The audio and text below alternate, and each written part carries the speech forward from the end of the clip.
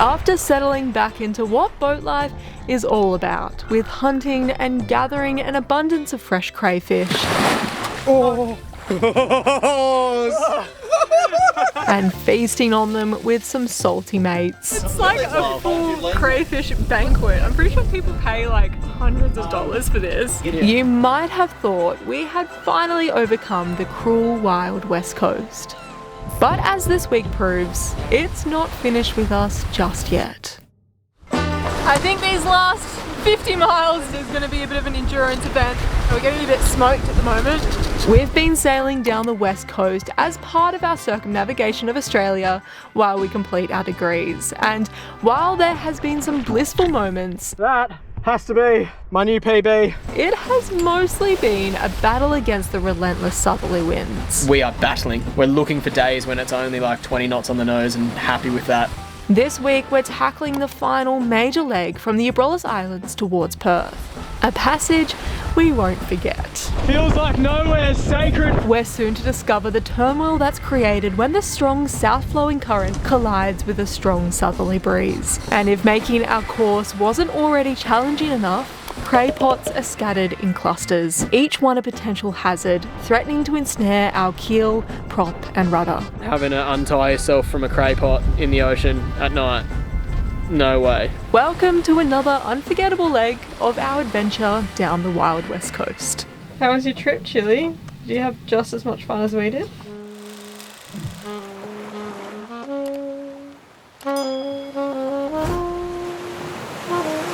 We've been windlocked in this anchorage at the Abrolhos Islands for a week now. It's been so windy that we've been chafing through our mooring lines. Well, it's a good thing we had a backup line on and then got extra nervous and put 2 backup lines on the mooring ball because 2 lines snapped. So even if we had a backup line, we would have been floating somewhere out there. We've got some bigger rope now and we're going to do another backup line. The backup line. But as they always do, a weather window is rolling through and it's on its way. So we've started mentally preparing ourselves for leaving behind this calm slice of paradise. Although the water's cold, I think I've found my new meditation. It's literally just lying in cold water like this.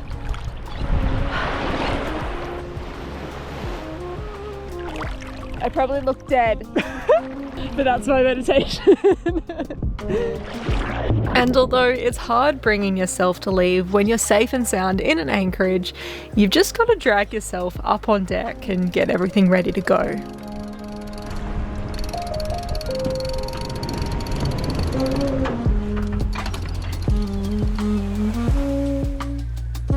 It's good that it's a beautiful morning here with like no breeze at all, but also it's so beautiful that you don't really want to leave.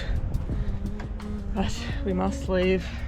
We've got too much more coast to cover. I think we've got about 3,200 nautical miles to go. So we must keep pressing on.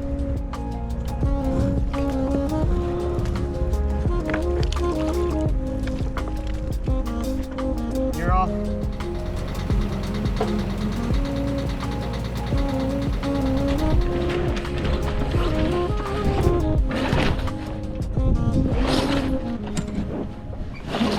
This next passage from the Abrolhos Islands to Rottnest Island, the island located just off the big city of Perth, is about 240 nautical miles.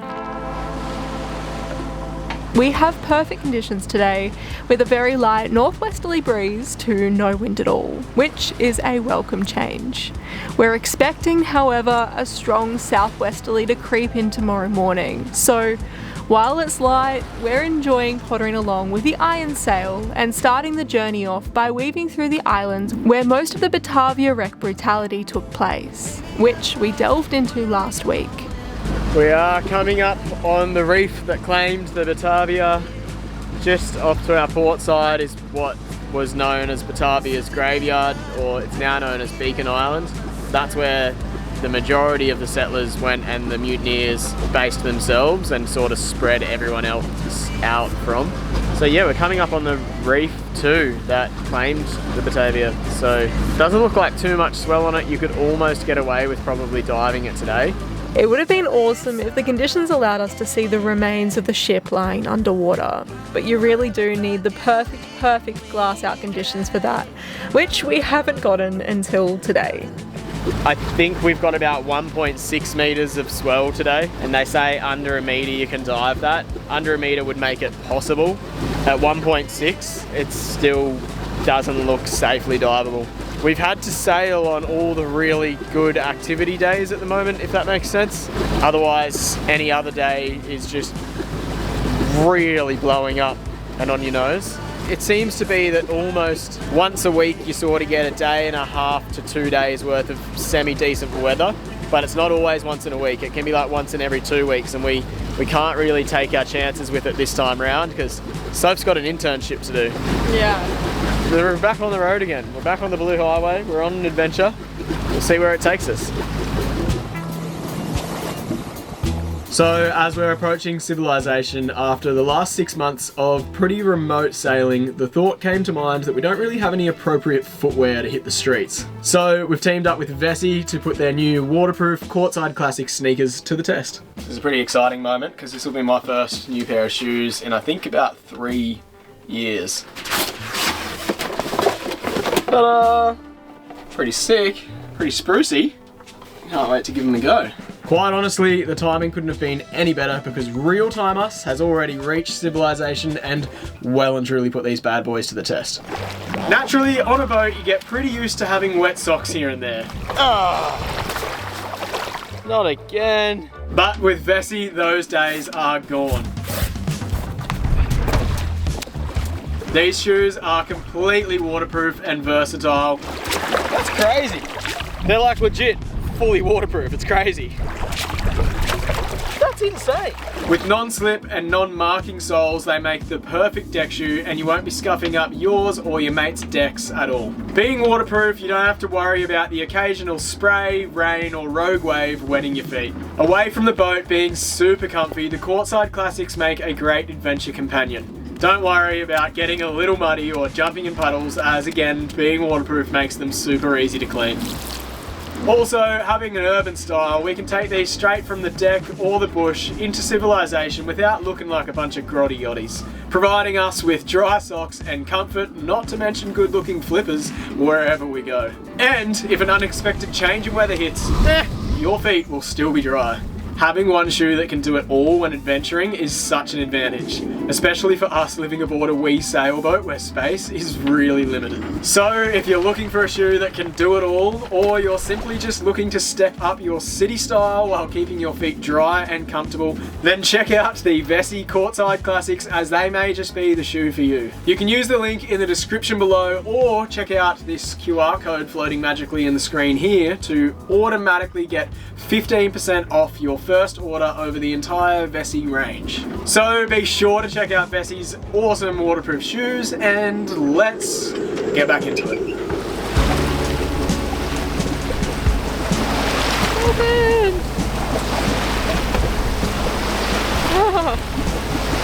Oh yes! But we haven't had dolphin action for a while.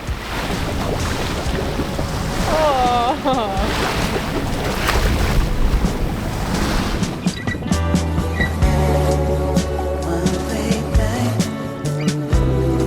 So today and for the next couple of days, we're going to be making our way down towards Perth, sort of like our final leg until we have a bit of a rest and recovery situation, as well as doing a couple of boat jobs before we then set off further south around the corner and across the Great Australian Bight. We've got about just over 200 nautical miles, which is about 2 nights out here.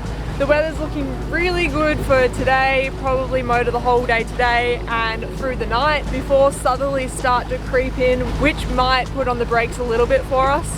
We'll take it as it comes, as always, and yeah, hopefully it's a good one, I guess. And what are you making?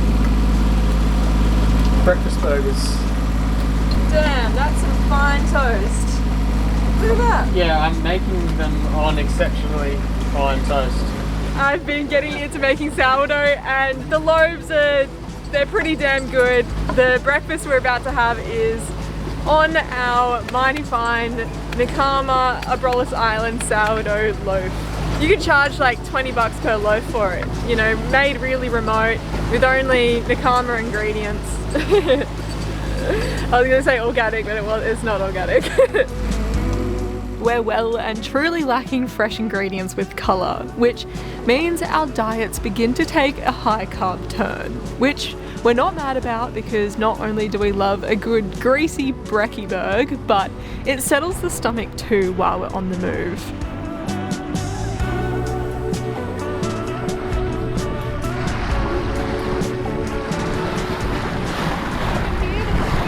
Yeah.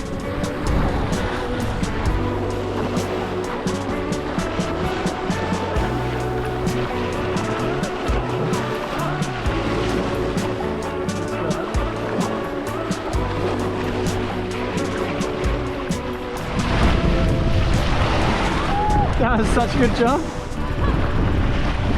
I don't think dolphins could ever get old.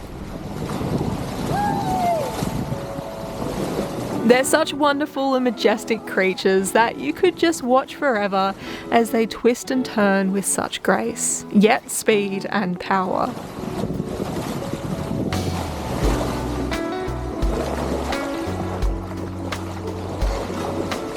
We always say that dolphins know just the right time to come and greet you. Maybe it's to lift your spirits, or like today, provide you with some entertainment to fill a day that is otherwise relatively uneventful as we just motor along. There's been so many beautiful dolphins today. It's a really nice day on the ocean when there's dolphins. They never get old. They never, ever, ever get old, dolphins. I think they're gone. That was pretty cool.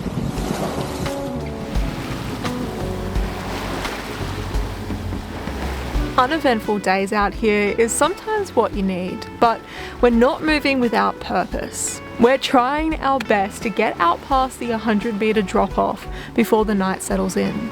Yeah, we're pushing out wider than our course a little bit. We're trying to get out to like at or near about the 100-metre depth mark. Apparently you've got a better bet of avoiding some of the cray pots if you're out there. There's cray pots all through this stretch of coast. It's a formidable enough stretch of coast as it is. Yeah, I don't know, fishing's weird, it's not really that regulated. They don't really have to mark the pots other than 2 white floats. Yeah, it's not going to be very easy for us to identify them at night, so we're just going to try and get out offshore, far away from where they should be, hopefully. But you're kind of just running the gauntlet, unfortunately. It's brutal. Yeah, that's the plan of attack for now.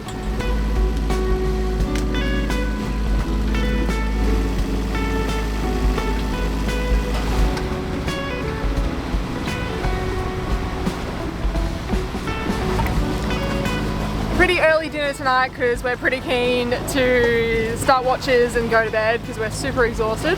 In this dinner is literally our last carrot, which we've had since all the way from Broome, and I did save half a zucchini, so in the fridge we have about half a zucchini left, and that's all our vegetables. Pretty keen to get some fresh vegetables again.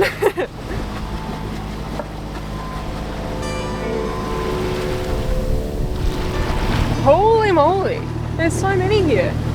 Just as we started to settle in for a beautiful sunset and calm evening, we've laid eyes on our first cluster of cray pot floats. We've just had to slow down because we've just noticed so many cray pots all of a sudden surrounding us. Just what we need right at around sunset, you know, to really soothe our souls for the night. It's really unsettling knowing a huge cluster can pop up just like that, and that we soon won't be able to spot them to get out of the way.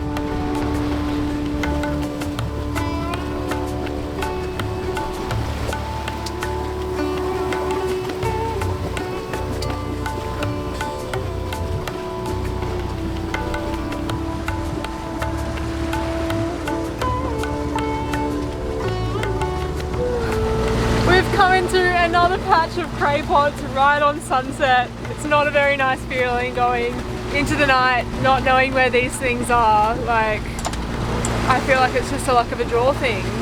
That's a pot or a bird. No, it's just a bird. No, it's a pot. There's That's two a there. pot, yeah.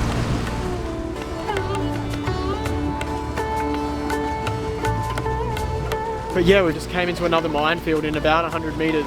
We're now probably in about 130, 140 metres. No, we're hoping that we're out far enough now. We just like, did we get this wrong? We just reread the cruising guides in the area and they're like either 20 metres or shallower, which we don't want to be doing for a passage like this, or outside 120 metres, so who knows. Hopefully we're all right out here. Despite the stress of cray pots threatening a prop wrap, it is a beautiful sunset. Cruising through glass with beautiful hues of orange, purple and pink is always a mesmerising sight. And for as long as we possibly can, we keep our eyes peeled for pots. We are just motoring on into another night. Beautiful, beautiful night out here. If my heart wasn't slightly in my chest from being on cray pot watch, I'm still very much on lookout. We're about 150, 160 metres now, so fingers crossed. Anyway, I don't want to keep Soph up, so I'll say goodnight to you guys and we'll see you in the morning.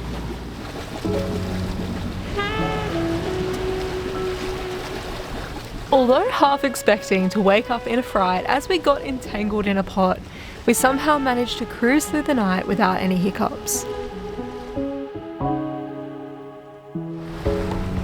And the morning brought with it a pleasant surprise.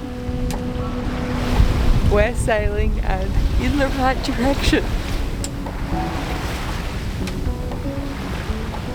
It's very exciting. It's about 5 in the morning. Yeah, we managed to find some wind, and wind coming from a good direction for the moment. We're actually managing to make our course and sit on about 6 knots because we've also found a southwards flowing current, and we've just been sitting in it all night. We've been sitting on 6 knots the whole entire night. It's been awesome. Yeah, it's beautiful out here this morning. It's truly glorious to be picked up by the wind and propelled forward whilst not having to fight against it. After many a tough slog down this west coast, this is reigniting our spark for sailing. Man, we are sailing really quite nicely now. I've forgotten what it's like sailing along nicely in the right direction. For a second there I just thought I hated sailing, but it turns out that it's actually really quite nice when it's favourable. So yeah, pretty good little morning run we've got going on at the moment. Yeah, if it stays like this, we'll be absolutely stoked. So yeah, it's a nice day.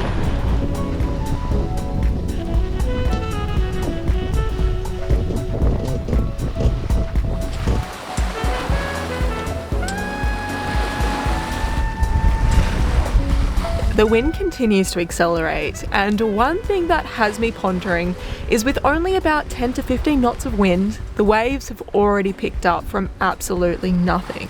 Normally it takes a little longer for seas to develop after being a glass out. Since hitting the 100 metre contour lines, we feel like we've hit a highway, and we've been picked up and shot south.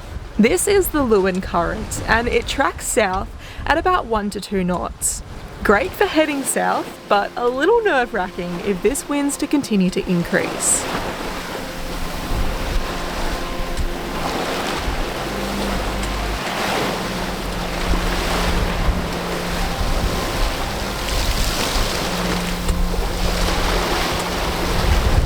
We're absolutely flying.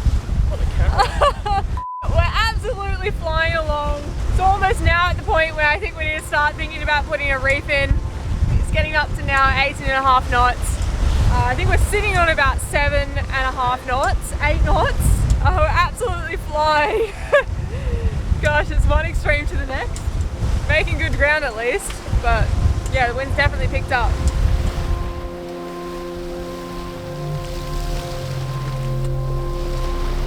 So we did decide to put our first reef in, which you never regret doing.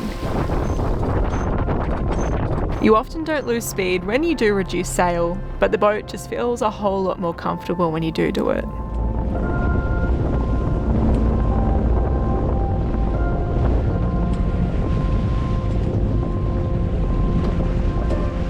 Reef's in, we're still doing a pretty nice little 7.5 knots, so can't complain with that. Boat's sitting a whole lot nicer.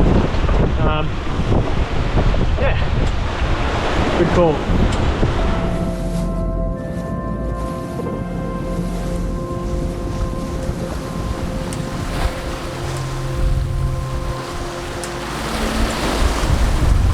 Stern waves like almost barreling. Throughout the course of the day, the conditions continued to build, and that sea state that I was feeling a little uneasy about began to make its presence more and more known, to the point where things were starting to get pretty hairy out here. Whales always seem to love these conditions though, getting excited by the water activity. There's something else we're keeping our eyes out for. That was pretty cool.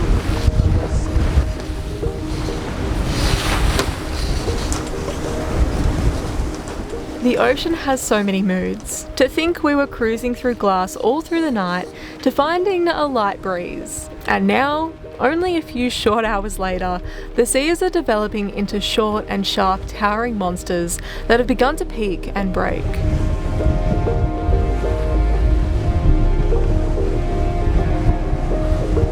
Leaving nowhere dry to hide aboard Nakama. I think these last 50 miles down to Rottnest Island is going to be a bit of an endurance event. Yeah, we're getting a bit smoked at the moment.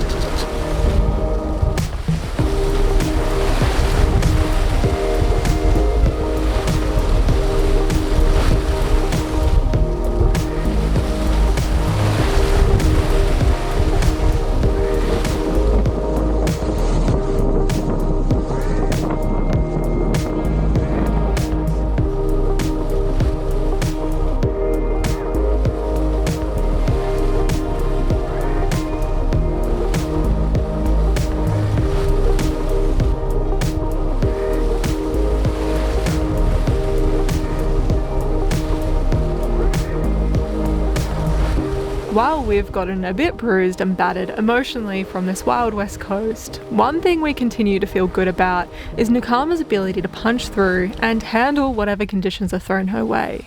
So far, I think Nakama is handling some of these sails better than us.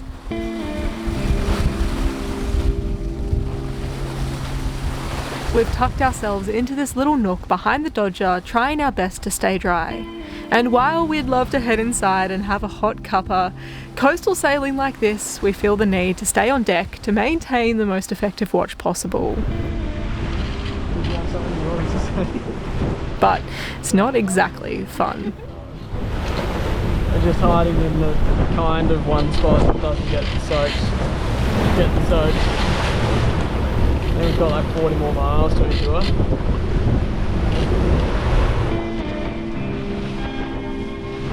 Even though we're bashing into it, with this current we have managed to maintain some really good speeds. We initially predicted we'd be getting to Rottnest tomorrow morning, but it's now looking like it will be during the night tonight. The wind has started pushing us on a beeline course to Rottnest, which normally would be good, but right now, as the sun lowers, this course has us beginning to creep back inshore and into depths lower than 100 metres. Which, after last night's experience, has us feeling a little bit uneasy as the day begins to come to an end. It's not a very nice feeling going into the night, not knowing where these things are. But we figure we have to head in from sea at some point, and the wind seems to have made the call for us. But unfortunately, as we came into shallower water, just as we feared, we sailed straight into another minefield of floats and floating line attached to cray pots. Feels like nowhere's sacred from these cray fishermen. We just were inside what we thought was like habitat protection and port limits, so we thought we were finally free to start cutting in, but it was littered with cray pots. So it's coming on sunset, we've tacked, we're just heading for deep water, trying to get back to that 100 metre mark. Yeah, who knows when we'll be safe to cut back in. We've had to turn the engine on to steer into the wind, and we're now making a course back out into deep water, which lies a few miles to the west. The ocean today went from super beautiful, and it's just turned to absolute. It's crazy how quickly things can change, and the state of the ocean can change. These waves are like monsters.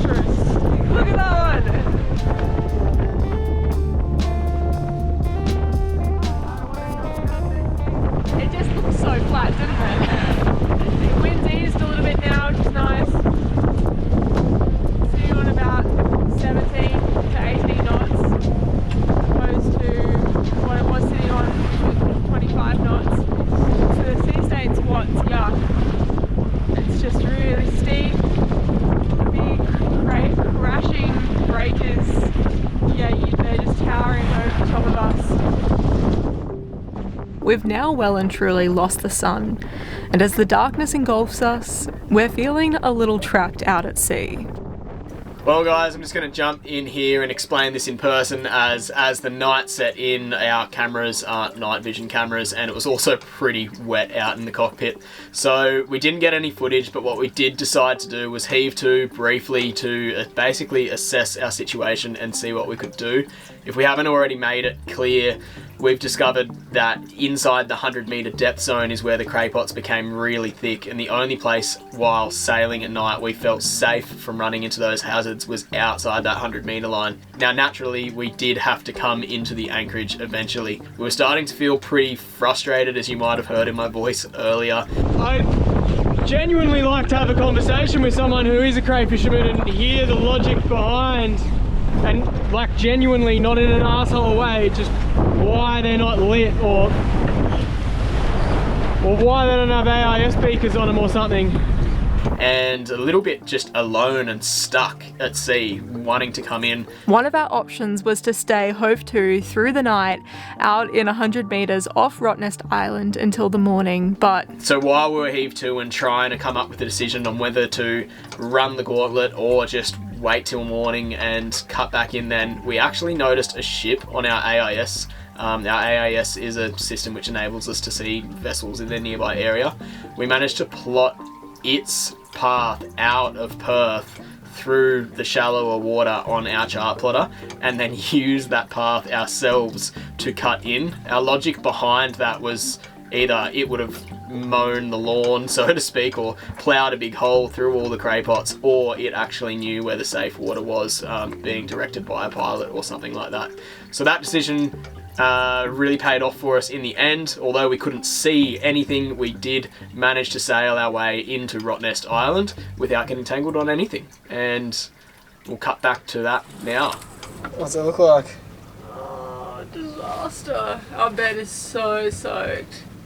Somehow the hatch opened, I think from the tender moving slightly on top of it, and they have like little twisty handles on the top, and I'm pretty sure the tender opened our hatch, and our bed is just like the wettest it's ever been.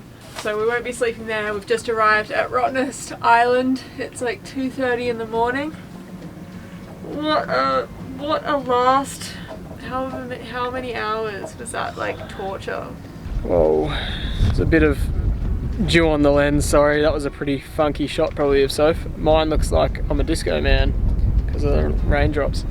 Yeah, it was pretty, it got up there for a bit. We were hooking at like 8 knots. It was like wild seas, but we picked our line and the wind was working. We would have been going straight where we wanted to go, and we ended up in just a minefield of cray pots. And the last thing we want to risk is like huge built seas, like 20 plus knots of wind, and having to untie yourself from a cray pot in the ocean at night. No way. You do what you have to do, but I don't want to have to do that. So yeah, we tried to play as safe as we could, and it really added on the miles and gave us a really crap angle when we could have had a good one too. But we made it in. The boat is just as wet as the ocean pretty much, but slightly more messy. We're going to try and find some dry corners to sleep on and deal with this tomorrow. Do you want to say what you're doing? Making breakfast at 3 AM.